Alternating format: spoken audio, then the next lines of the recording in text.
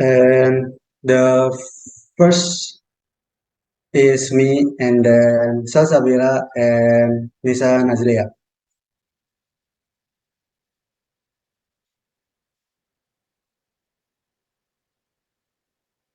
And then let's get going to the first material that will be presented by Salsabila Ramadini. The time is yours. Okay, thank you, Indrawan. For the first definition of the syllable. A syllable is a unit of sound in a word that contains a single vowel sound and typically includes surrounding consonant sounds. It is a basic building block of spoken and written language.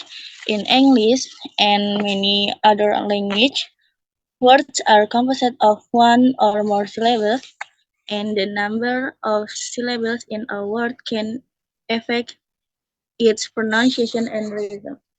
Nah, jadi silabel itu ialah suku kata bunyi dalam sebuah kata yang mengandung bunyi vokal tunggal dan biasanya mencakup bunyi konsonan di sekitarnya. Nah, konsonan itu sendiri ialah huruf mati yang merupakan fonem yang bukan vokal, yang bukan huruf vokal seperti A, I, U, E, dan O. Oke, lanjut Ndra.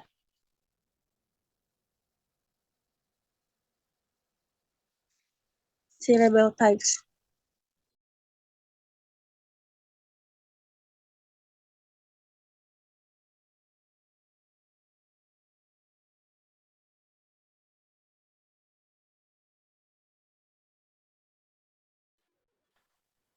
Syllable types, yang pertama ada closed syllables. Vowels are closed in by at least one consonant. Vowels are short, atau suku kata yang tertutup. Vokal ditutup oleh setidaknya satu konsonan. Vokalnya pendek, seperti contohnya tes. Contoh lain ada cat, rabbit, and napkin. Nah, lalu yang kedua ada open syllables. Vowels are open, there is no consonant after it. Vowels are long, atau vokalnya terbuka dan vokalnya panjang, seperti B, baby, tiger, and paper. Oke, yang ketiga ada vowel consonant E. Adding the silent E after a consonant makes the vowel long, seperti come, bake, fine. Nah, terus ada vowel R. The syllable's vowel is followed by an R, controlling its sound R, air, or. Seperti contohnya var, car, and bird. Terus yang kelima ada vowel digraph atau diphthong. Two vowels are next to each other, they make a new sound. Dua vokal bersebelahan, mereka mengeluarkan suara baru, seperti team, boil, cloud, and look. Terus yang terakhir ada konsonan L, E. Found at the end of words, the L, E sounds like yo. Seperti contohnya uncle atau contoh lainnya seperti bubble and circle. Okay, next.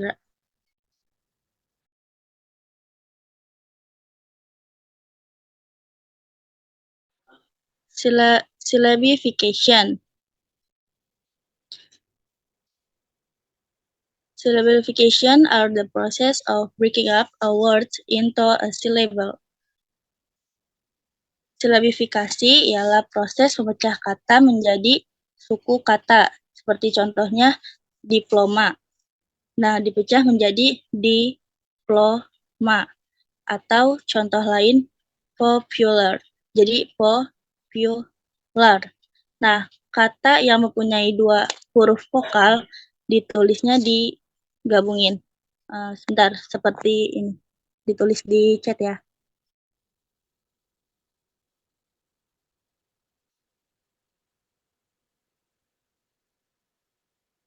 Nah, seperti itu ya. Oke, next, Ra. Oke, untuk selanjutnya, kepada pemateri yang selanjutnya, saya persilakan. Baik, terima kasih Salsa. And the next one is, here we have the structure for syllable. Syllable has three main structure, and that is onset, nucleus, and coda. And the nucleus and coda is part of a rhyme, and other people may call it rhyme. And the next one, here we have the definition of onset. Onset are the sounds at the beginning of a syllable. It can be for the nucleus, and onset can be 1, 2, or 3 consonant according to the maximum onset principle. And maximum onset principle will be our next discussion in the next slide. And most syllable has onset, but some syllable does not have any consonant onset at all. And syllable which does not have any consonant onset is called empty or zero onset. Jadi, onset adalah suatu kata atau huruf yang berada di paling awal sebelum suatu kata vokal. Dan selanjutnya, here we have the maximum onset principle. The maximal or maximum onset principle is a linguistic concept that refers to a phonological rule observed in the structure of syllables in many languages or most language in the world. This principle suggests that when a syllable are formed, consonants tend to be assigned to the onset or the initial sound or sound of a syllable rather than the coda or the final sound of a syllable. Jadi, prinsip ini menyatakan bahwa dalam pembentukan suatu suku kata atau suatu syllable, konsonan cenderung ditempatkan pada onset atau di bagian awal banget suku kata daripada di bagian akhir atau di bagian koda dari suatu suku kata atau syllable. Nah, dengan adanya prinsip ini, si konsonan itu akan ditempatkan sebanyak mungkin pada onset suku kata. Maksimalkan onset daripada ditempatkan pada koda terlebih dahulu. Tetapi, maksimum onset principle ini juga memiliki aturan yang harus diikuti, yaitu phonotactic rules, which will be our next discussion. Nah, sebelum itu, let me define what is a phonotactic. The phonotactic are rules that tell you what consonant sequences are allowed. This is something that language specific and not universal, which means that any other language has its own phonotactic rules. Jadi intinya phonotactic adalah sebuah aturan yang dimana memberitahu bahwa konsonan apa aja sih yang bisa dijelaskan atau disandingkan pada suatu kata. Nah, phonotactic ini bersifat khusus pada setiap bahasa, yang artinya setiap bahasa itu memiliki suatu aturan atau phonotactic constraint masing-masing, yang dimana di sini kita memiliki phonotactic constraint of English, yang dimana phonotactic constraint of English language suggests that largest onset you may have must start with a s, must have a consonant, and either the j, w, or rotorized r atau r sound. In the next one, here we have the example of a maximum onset principle with the phonotactic English concept, yang dimana di sini kita memiliki sebuah cluster, konsonan cluster, yang dimana memiliki huruf S atau S dan konsonan lainnya yaitu K dan R sebagai penutupnya. Yang dimana menurut peraturan tadi itu dibolehkan karena sudah memenuhinya. Lalu ada I sebagai nukleus atau huruf vokal dan sebagai kodanya kita di sini memiliki M, yang dimana jika disatukan akan menjadi scream. And the next one will be nucleus. Every syllable has a nucleus, and nucleus consists of only one vowel sound. nucleus vowel can be a monophthong or only one, diphthong, two, triphthong, three, or it can also sometimes be a syllabic consonant. And syllabic consonant is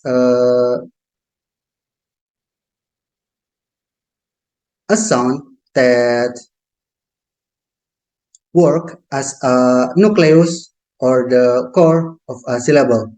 Jadi intinya si silabik konsonan itu adalah suatu bunyi konsonan yang berfungsi sebagai nukleus atau pusat atau huruf vokal dari sebuah suku kata atau silabel, mengambil peran yang biasanya dilakukan oleh kata vokal.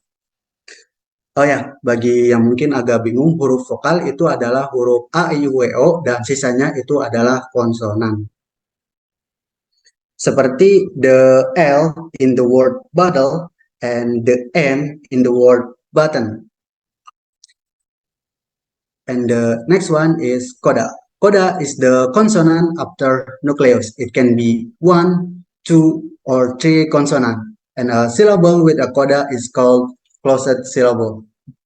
Dan sebuah syllable bisa memiliki hanya memiliki konsonan dan vowel yang dimana seperti contohnya yang tadi yaitu ini yang hanya memiliki onset dan nukleus yang dimana di sini ada C atau konsonan onset dan V nukleus vokal.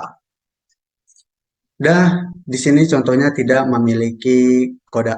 Dan contoh kedua yaitu screen memiliki suatu struktur yang lengkap yang dimana memiliki sebuah onset atau konsonan cluster yang memiliki konsonan lebih dari satu huruf saja, lalu memiliki satu nukleus yaitu I dan memiliki koda yang juga bersifat cluster yang dimana di sini memiliki N dan Z. Nah, sebuah struktur bisa memiliki satu vokal saja, akan tetapi sebuah silabel tidak bisa terbentuk apabila tidak terdapat huruf vokalnya. Jadi, misal suatu huruf memiliki onset dan vokal saja, maka itu masih bisa disebut sebuah syllable structure. Tetapi apabila sesuatu syllable tidak memiliki vokal, maka itu tidak dapat disebut sebagai syllable structure dan malah mungkin tidak akan pernah terjadi karena semua kata pasti memiliki huruf vokal di dalamnya. Baik, selanjutnya saya akan menjelaskan mengenai contoh dari bagaimana sih cara kita memotong sebuah silabel atau memotong sebuah kata menjadi sebuah silabel. Dan contoh yang akan kita ambil di sini yaitu kata diploma. Nah, jika kita mengucapkan kata diploma dengan tempo yang sedikit melambat, maka kemungkinan kita akan mendapatkan kata diploma sebagai hasil dari pengucapannya. Nah, potongan kata yang kita dapat itulah yang dapat disebut dengan silabel. Yang ini ya teman-teman, diploma. Dan untuk menentukan strukturnya itu sendiri, pertama-tama kita harus mengubah kata diploma ini menjadi sesuai dengan IPA atau International Phonetic Alphabet, yang dimana kalau sudah diubah menjadi sebuah kata yang bersifat fonetik, yang pertama harus kita tentukan yaitu menentukan huruf vokalnya terlebih dahulu, yang dimana di sini kita mendapati A, O, dan I sebagai huruf vokalnya. Dan apabila sudah mendapatkan huruf vokal, kita mulai dari sisi kanan terlebih dahulu menuju ke ujung kiri. Karena menurut aturan maksimum onset principle, kita harus memaksimalkan onsetnya terlebih dahulu sebelum dikasihkan kepada koda.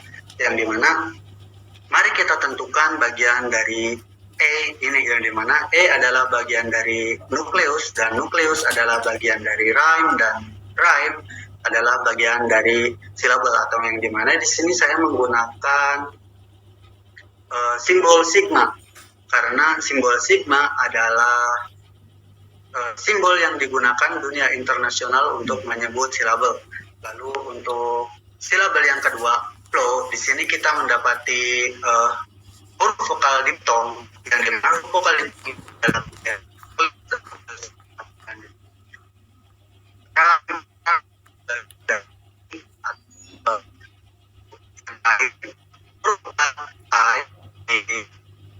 sini adalah nukleus dan dalam adalah dari silabel. Setelah itu mari kita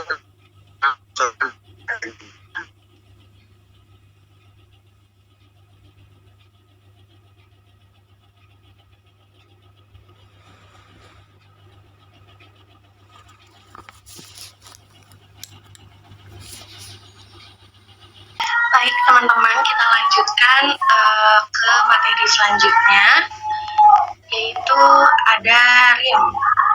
A rhyme is a repetition of similar sounds in two or more words. Rhyming is particularly common in many types of reply, especially at the end of lines, and is a requirement in formal verse.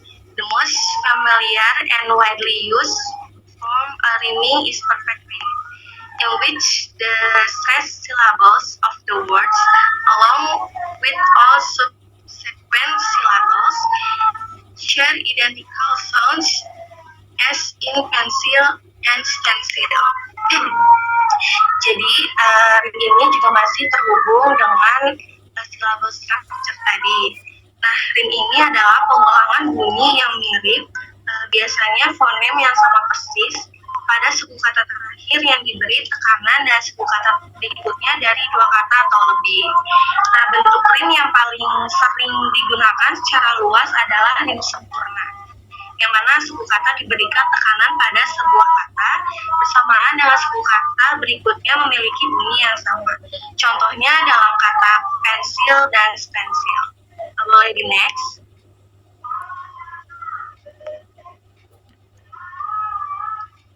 Nah, di slide selanjutnya di sini ada the example of rhyme atau contoh dari rhyme itu sendiri. Yang pertama ada would, should, stood, di mana mereka memiliki bunyi yang mirip di akhir katanya. Kemudian yang kedua ada flower, power, sour. Kemudian yang ketiga ada land, sand, demand. Dan yang terakhir ada moon, sun, dan moon. Boleh di next.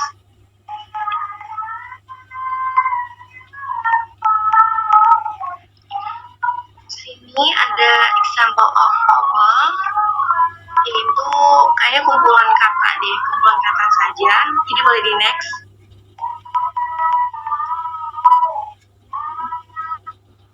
Next lagi, Mir.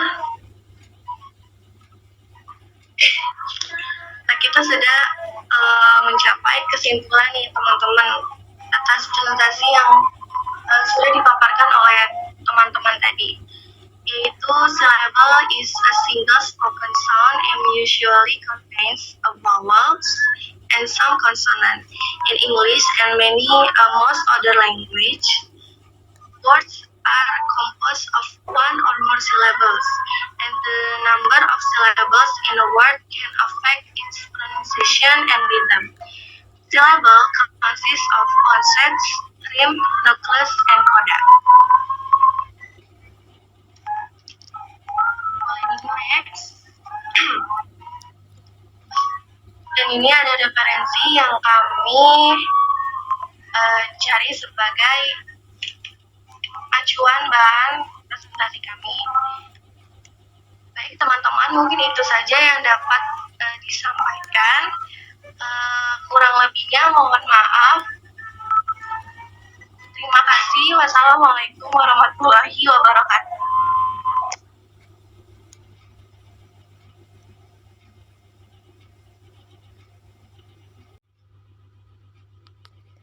Oke, bagi yang ingin bertanya, dipersilahkan.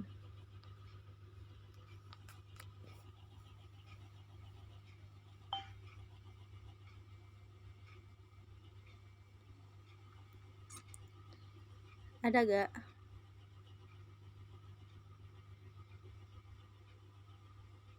Oke, mungkin materi kita cukup ya. Saya akhiri saja. Kurang lebihnya mohon maaf. Terima kasih. Assalamualaikum warahmatullahi wabarakatuh.